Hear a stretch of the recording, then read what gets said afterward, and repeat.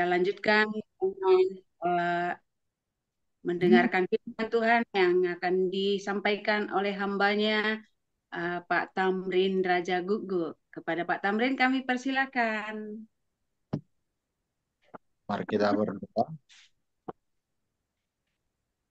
Tak henti-hentinya kami mengucap syukur di hadapan-Mu ya Tuhan, Allah kami yang hidup, yang kami sembah Yesus Kristus, Tuhan kami yang memelihara hidup kami sampai saat ini, yang memberikan Amin. keselamatan Yesus Kristus di dalam kami. Kami bersyukur boleh bertemu kembali dalam ibadah Zoom pada pagi hari ini, dalam komunitas The Terima Power kasih. of God. Kiranya Tuhan menolong kami untuk boleh mengerti dan juga melakukan firman-Mu. Secara khusus hamba-Mu pada Amin. pagi ini boleh menyampaikan firman Tuhan, Tuhan yang menolong, Ya. Tuhan yang memampukan menyampaikan firman-Mu. Segala kuasa yang datangnya dari iblis yang mengganggu kenyamanan kami di dalam beribadah pada pagi hari ini, kami tolak di dalam nama Tuhan Yesus Kristus. Terpujilah Engkau ya Allah, di dalam nama Tuhan Yesus kami serahkan pemberitaan firman Tuhan pada pagi hari ini. Amin. Haleluya. Amin. Selamat pagi Bapak Ibu, saudara-saudara yang dikasihi Tuhan. Pagi. Dan Pagi. kita boleh kembali beribadah dalam ibadah Zoom. Perenungan kita hari ini diambil dari Kitab Keluaran pasal 32. Kitab Keluaran pasal 32 ayat 1 sampai ayat 35. Tapi saya membacakannya ayat 1 sampai ayat yang kelima saja. Nanti Bapak Ibu boleh membacakannya di rumah secara terpisah. Demikian firman Tuhan. Ketika bangsa itu melihat bahwa Musa mengundur-undurkan turun dari gunung itu, maka berkumpullah mereka mengerumuni Harun dan berkata kepadanya, "Mari, buatlah untuk kami Allah yang akan berjalan di depan kami, sebab Musa ini, orang yang telah memimpin kami keluar dari tanah Mesir, kami tidak tahu apa yang telah terjadi dengan dia." Lalu berkatalah Harun kepada mereka, "Tanggalkanlah anting-anting emas yang ada pada telinga istrimu, anakmu laki-laki dan perempuan, dan bawalah semuanya kepadaku." Lalu seluruh bangsa itu menanggalkan anting-anting emas yang ada pada telinga mereka dan membawanya kepada Harun. Diterimanya itu dari tangan mereka, dibentuknya dengan pahat, dan dibuatnyalah daripada anak lembu tuangan. Kemudian berkatalah mereka, "Hai Israel, inilah Allahmu yang telah menuntun engkau keluar dari tanah Mesir." Ketika Harun melihat itu, didirikannya lah mezbah di depan anak lembu itu. Berserulah Harun, katanya, "Besok hari raya bagi Tuhan." Tema kita hari ini saya membuat temanya mau ekspres malah apes, ya. Mau ekspres malah apes. Dalam kehidupan kita sering sekali kita maunya cepat-cepat selesai persoalannya. Tidak perlu proses. Tidak perlu ada namanya proses di dalamnya. Tentu kita semua bisa mengerti artinya ekspres, cepat. Apes itu artinya celaka, sial, mengalami ketidakberuntungan. Harapan kita maunya cepat-cepat selesai. Di dalam dunia pelayanan juga demikian. Di kalangan sesama hamba Tuhan bisa terjadi miskomunikasi. Yang harusnya sesama hamba Tuhan bisa kolaborasi, saling bekerja sama. Tetapi di dalam realitanya, di dalam sesama hamba Tuhan pun bisa terjadi adanya dualisme ataupun adanya ketidaksinkronan yang satu dengan yang lain. Tentu di dalam melayani persoalan ini harus diselesaikan. Tetapi tidak jarang juga persoalan yang satu tidak selesai, malah memunculkan persoalan yang baru. Bapak Ibu saudara-saudara yang dikasihi Tuhan, belajar dari kehidupan bangsa Israel, bagaimana Musa menyelesaikan persoalan dalam memimpin umat Israel di dalam Keluaran pasal 32. Kalau kita mau mempelajari pasal 32 ini, latar belakangnya adalah bangsa Israel keluar dari Mesir. Kita berbicara mengenai penyelamatan umat Israel dari Mesir di bawah kepemimpinan Musa. Tetapi yang terjadi adalah di dalam pasal ini, khususnya di dalam ayat 1, Musa diperintahkan Tuhan naik ke Gunung Sinai untuk menerima kedua loh hukum Allah. Di pasal 31 ayat 18 demikian firman Tuhan, dan Tuhan memberikan kepada Musa setelah ia selesai berbicara dengan dia di Gunung Sinai kedua loh hukum Allah, loh batu yang ditulisi oleh jari Allah. Tetapi persoalannya adalah Musa, menurut umat Israel, Musa lama sekali di atas gunung.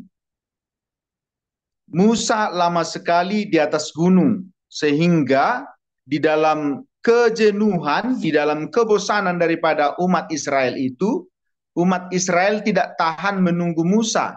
Akhirnya umat Israel juga berbicara kepada Harun, yang seharusnya Harun juga sebagai hamba Tuhan harus sabar menunggu kehadiran Musa turun dari atas gunung bersama dengan Yosua.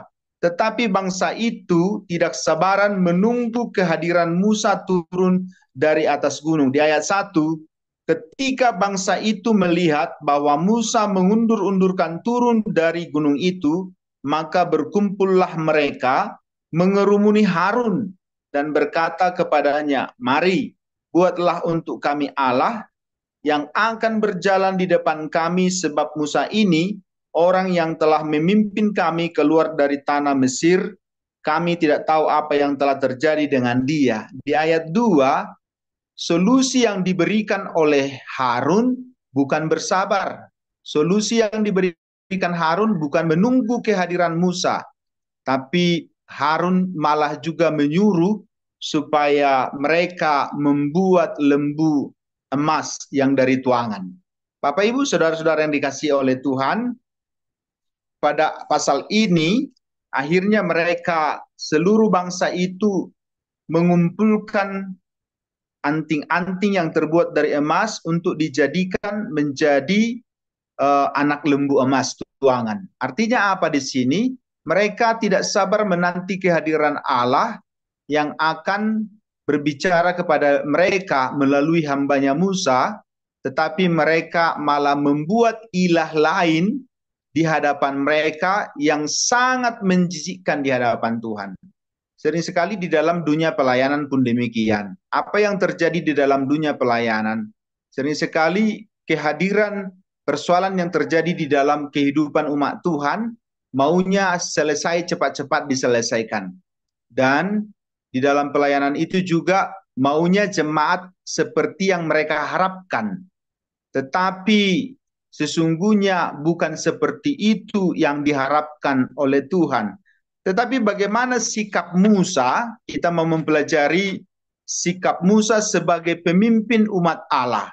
Ada 4 poin yang kita pelajari dari sifatnya Musa ataupun yang dilakukan tindakan Musa kepada bangsa itu. Yang pertama, Musa bersyafaat. Yang kedua, kepemimpinan yang tegas dari Musa. Yang ketiga adalah tanggung jawab Musa sebagai hamba Tuhan. Dan yang keempat, dia berpegang pada janji Tuhan. Bapak Ibu, saudara-saudara yang dikasihi Tuhan, secara khusus juga pada kesempatan ini di tengah-tengah kita, kepemimpinan di tengah-tengah pelayanan ini juga demikian. Ada pembina, secara khusus Ibu Tiar, ada juga anggota banyak, ada juga hamba Tuhan yang banyak, kan begitu. Nah, keinginan semua anggota bermacam-macam. Maunya seperti ini, maunya seperti itu. Dalam kehidupan bergereja pun demikian. Ada hamba Tuhan pimpinan atau senior, ada juga hamba Tuhan yang junior, dan ada jemaat. Sering sekali, kadang-kadang junior merasa terlalu lamban atau terlalu lambat senior, kan begitu. Junior kadang-kadang mau menyelesaikan masalah dengan caranya dan juga caranya umat. Nah, ini menjadi perenungan bagi kita. Tetapi sebagai seorang pemimpin, Musa di dalam kepemimpinannya, Musa sungguh mengerti siapa umat Israel. Yang pertama apa yang dilakukan oleh Musa di ayat 11 sampai 13, saya bacakan untuk kita sekalian. Demikian firman Tuhan. Lalu Musa mencoba melunakkan hati Tuhan Allahnya dengan berkata, "Mengapakah Tuhan murkamu bangkit terhadap umatmu yang telah kau bawa keluar dari tanah Mesir dengan kekuatan yang besar dan dengan tangan yang kuat? Mengapakah orang Mesir akan berkata, dia membawa mereka keluar dengan maksud menimpakan malapetaka kepada mereka dan membunuh mereka di gunung dan membinasakannya di muka bumi. Berbaliklah dari murkamu yang bernyala-nyala itu dan menyesallah karena malapetaka yang hendak kau datangkan kepada umatmu. Ingatlah kepada Abraham, Ishak dan Israel, hambamu itu, sebab kepada mereka engkau telah bersumpah demi dirimu sendiri dengan berfirman kepada mereka, aku akan membuat keturunanmu sebanyak bintang di langit, dan seluruh negeri yang telah kujanjikan ini akan kuberikan kepada keturunanmu, supaya dimilikinya untuk selama-lamanya. Ini adalah syafaat Musa terhadap bangsa itu. Bagaimana itu terjadi? Karena Tuhan sudah mendengar bagaimana perilaku daripada bangsa Israel itu melalui Harun dan juga umat Israel itu. Di ayat yang ketujuh dikatakan, berfirmanlah Tuhan kepada Musa, pergilah turun sebab bangsamu yang kau pimpin keluar dari tanah Mesir telah rusak lakunya. Di dalam kerusakannya umat Israel, sebenarnya Musa tidak cepat-cepat marah. Dia juga dengan sabarnya menghadap Tuhan kembali bersyafaat dengan umat yang dilayaninya. Jadi memang sebagai hamba Tuhan, apalagi sebagai penggembala, ada banyak harus syafaatnya kepada umat Tuhan. Artinya apa? Sebagai pemimpin umat Tuhan, keberadaan seorang gembala, pemimpin, sama seperti Musa ini, bersyafaat di hadapan Tuhan. Di dalam laporan yang sudah didengarkan oleh Tuhan mengenai bangsa itu, Musa malah masih datang untuk bersyafaat. Yang kedua, di dalam sebagai hamba Tuhan ataupun pemimpin yang bertanggung jawab, Musa itu adalah kepemimpinan yang tegas. Dia tegas. Ayat 25 sampai 29 kita pelajari bersama-sama. Ayat 25 sampai 29, demikian firman Tuhan. Ketika Musa melihat bahwa bangsa itu seperti kuda terlepas dari kandang, sebab Harun telah melepaskannya sampai menjadi buah cemooh bagi lawan mereka. Maka berdirilah Musa di pintu gerbang perkemahan itu serta berkata, siapa yang memihak kepada Tuhan, datanglah kepada aku. Lalu berkumpullah kepadanya seluruh Bani Lewi. Itu dulu yang pertama. Di tengah-tengah pelayanan ataupun di tengah-tengah penggembalaan ataupun melayani umat Tuhan, seorang hamba Tuhan tidak bisa sifatnya netral untuk dosa. Dia ya, hamba Tuhan tidak boleh netral dengan dosa. Karena apa? Tuhan memanggil hambanya untuk menegakkan kebenaran dan juga keadilan. Artinya apa? Tidak bisa berdiri di tengah-tengah di dalam hal kebenaran. Itu sebabnya Musa mengatakan dengan tegas kepada bangsa itu di ayat 26, siapa yang memihak kepada Tuhan, datanglah kepadaku. Lalu berkumpullah kepadanya seluruh Bani Lewi. Artinya gembala harus bisa memisahkan mana domba, mana serigala. Hamba atau gembala harus bisa memisahkan domba ataupun serigala. Di ayat 27 dikatakan, berkatalah ia kepada mereka, beginilah firman Tuhan Allah Israel. Baiklah kamu masing-masing mengikatkan pedangnya pada pinggangnya, dan berjalanlah kian kemari melalui perkemahan itu dari pintu gerbang ke pintu gerbang, dan biarlah masing-masing membunuh saudaranya dan temannya dan tetangganya. Bani Lewi melakukan seperti yang dikatakan Musa pada hari itu. Tewaslah kira-kira 3.000 orang dari bangsa itu. Kemudian berkatalah Musa, baktikanlah dirimu mulai hari ini kepada Tuhan, masing-masing dengan membayarkan jiwa anaknya laki-laki dan saudaranya, yakni supaya kamu diberi berkat pada hari ini. Artinya, sebagai hamba Tuhan pemimpin harus punya prinsip di dalam pelayanan kepada Tuhan. Harus berdiri atas kebenaran, bukan berdiri di atas keraguan-raguan. Bapak Ibu, saudara-saudara yang dikasihi Tuhan, memihak kepada Tuhan artinya hidup pada pimpinan Tuhan, hidup pada apa yang Tuhan kehendaki, bukan kepada yang maunya orang yang kita layani. Nah, yang ketiga, yang tanggung jawab Musa. Sekalipun di dalam kepemimpinannya yang tegas itu, Musa memiliki tanggung jawab yang besar kepada bangsa Israel. Di ayat 30 sampai 32 demikian firman Tuhan, keesokan harinya berkatalah Musa kepada bangsa itu, kamu ini telah berbuat dosa besar, tetapi sekarang aku akan naik menghadap Tuhan. Mungkin aku akan dapat mengadakan pendamaian karena dosamu itu. Jadi itu sebabnya kalau mempelajari kitab Keluaran ataupun hukum Taurat, Musa itu dikenal dengan orang yang paling sabar. Ya, sekalipun dalam realitanya di ayat ini dijelaskan bahwa Musa karena ketidaksabarannya dia marah kepada bangsa itu dengan cara bagaimana? Melemparkan kedua loh batu itu kepada mereka dan menghancurkan lembu tuangan emas itu, dan sisanya itu dicampurkan ke air lalu disuruhnya untuk diminum oleh bangsa itu.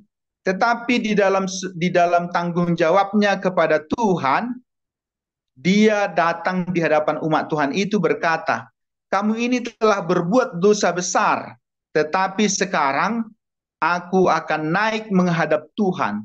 Mungkin aku akan mengadakan pendamaian karena dosamu itu. Jadi fungsi imam adalah untuk membawa pendamaian dosa umat kepada Tuhan. Kita bersyukur kepada sebagai umat Tuhan, umat pilihan Tuhan, kita dipanggil untuk bersyafaat juga bagi orang lain. Di dalam segala keterbatasan orang-orang yang kita layani, tentu hatinya Tuhan, kita juga datang di hadapan Tuhan sebagai orang yang membawa syafaat kepada Tuhan. Nah, di ayat yang ke-31, lalu kembalilah Musa menghadap Tuhan dan berkata, ah, bangsa ini telah berbuat dosa besar, sebab mereka telah membuat Allah emas bagi mereka. Bapak Ibu yang dikasihi Tuhan, dengan jelas Musa bertanggung jawab terhadap umat yang dilayaninya. Dan yang terakhir pada ayat bagian yang keempat adalah Musa berpegang pada janji Tuhan. Di ayat yang ke-33 demikian firman Tuhan. Saya bacakan di ayat yang ke-33, tetapi Tuhan berfirman kepada Musa, siapa yang berdosa kepadaku, nama orang itulah yang akan kuhapuskan dari dalam kitabku. Tetapi pergilah sekarang, tuntunlah bangsa itu ke tempat yang telah kusebutkan kepadamu. Akan berjalan malaikatku di depanmu, tetapi pada hari pembalasanku itu, aku akan membalaskan dosa mereka kepada mereka. Nah, di ayat yang bagian yang terakhir ini, sebenarnya di ayat yang ke-32, di dalam semua pergumulannya Musa, dia meminta kepada Tuhan supaya dia sebenarnya dihapuskan Tuhan namanya daripada kitab kehidupan. Dia adalah orang yang sportif. Di ayat 32 dikatakan, tetapi sekarang kiranya engkau mengampuni dosa mereka itu, dan jika tidak, hapuskanlah kiranya namaku dari dalam kitab yang telah kau tulis. Artinya, Musa adalah orang yang sportif. Kalau karena kesalahan dia, akhirnya orang Israel berdosa, ya hapuskanlah namaku dari kitab kehidupan.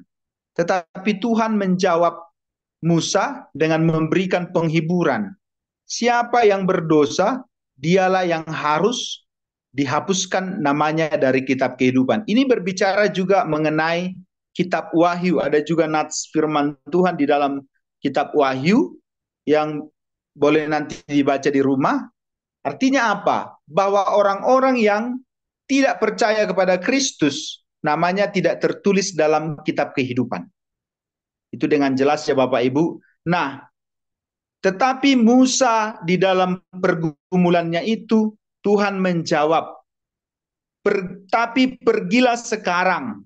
Ya, Tuhan memberikan perintah lagi kepada Musa untuk memimpin bangsa itu ke tempat yang telah kau sebutkan kepadamu. Tentu bangsa itu adalah yang keluar dari Mesir dan akan memasuki tanah Kanaan. Akan berjalan malaikatku di depanmu, tetapi pada hari pembalasanku itu, aku akan membalaskan dosa mereka kepada mereka. Ini menjadi penghiburan bagi hamba-hamba Tuhan. Aku akan membalaskan dosa mereka kepada mereka. Jadi sebenarnya tuntutan kepada hamba-hamba Tuhan ataupun pemimpin ada banyak ya.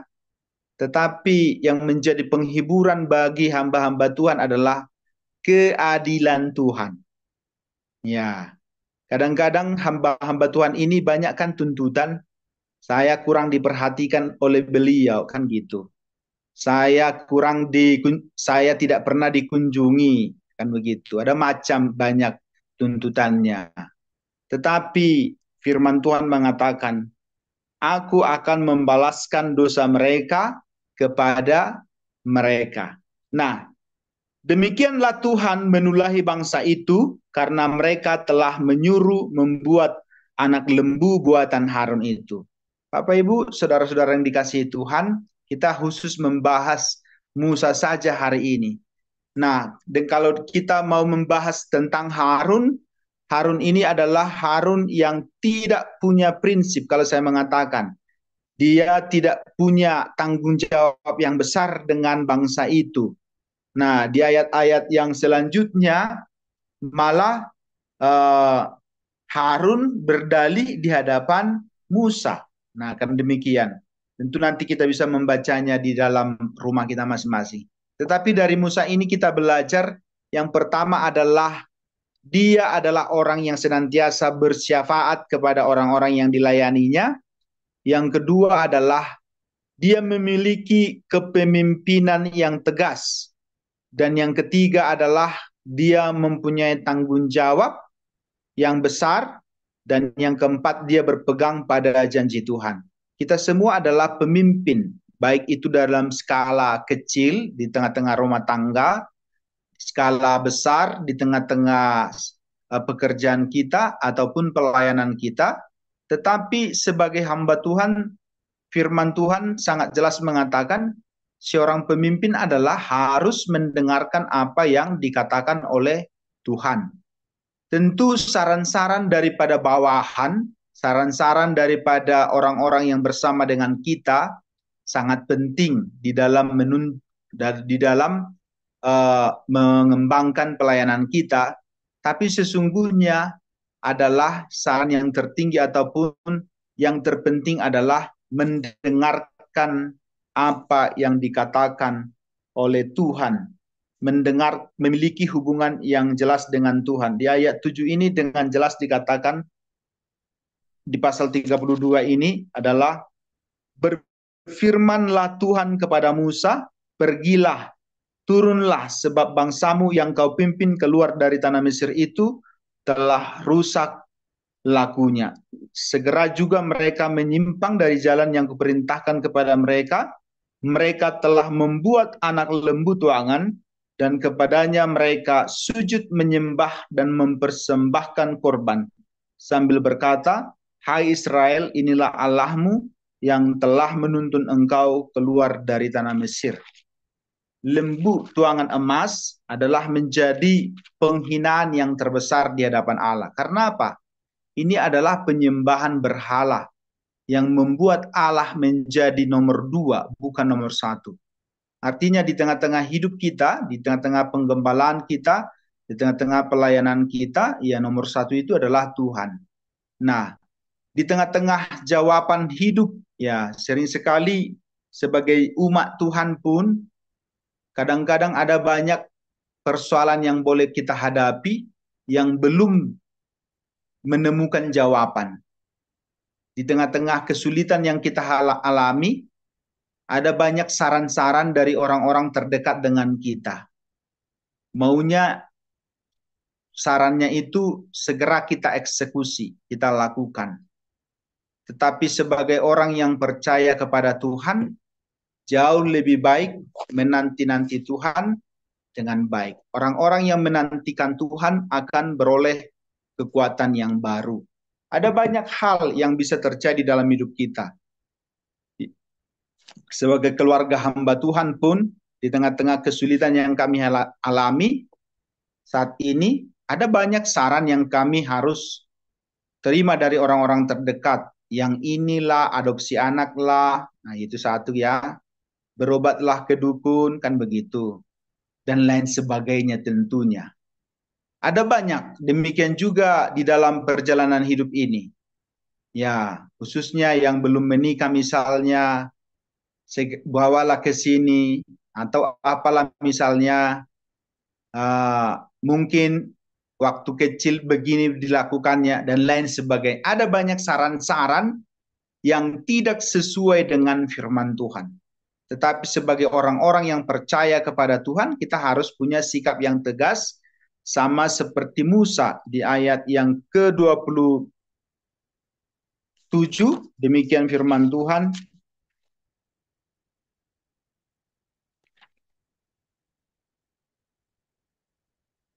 26, maaf. Maka berdirilah Musa di pintu gerbang perkemahan itu, serta berkata, siapa yang memihak kepada Tuhan, datanglah kepada aku, lalu berkumpullah kepadanya seluruh Bani Lewi. Artinya, berpihak kepada Tuhan itu artinya ikut pimpinan Tuhan, ikut aturan yang Tuhan sudah tetapkan.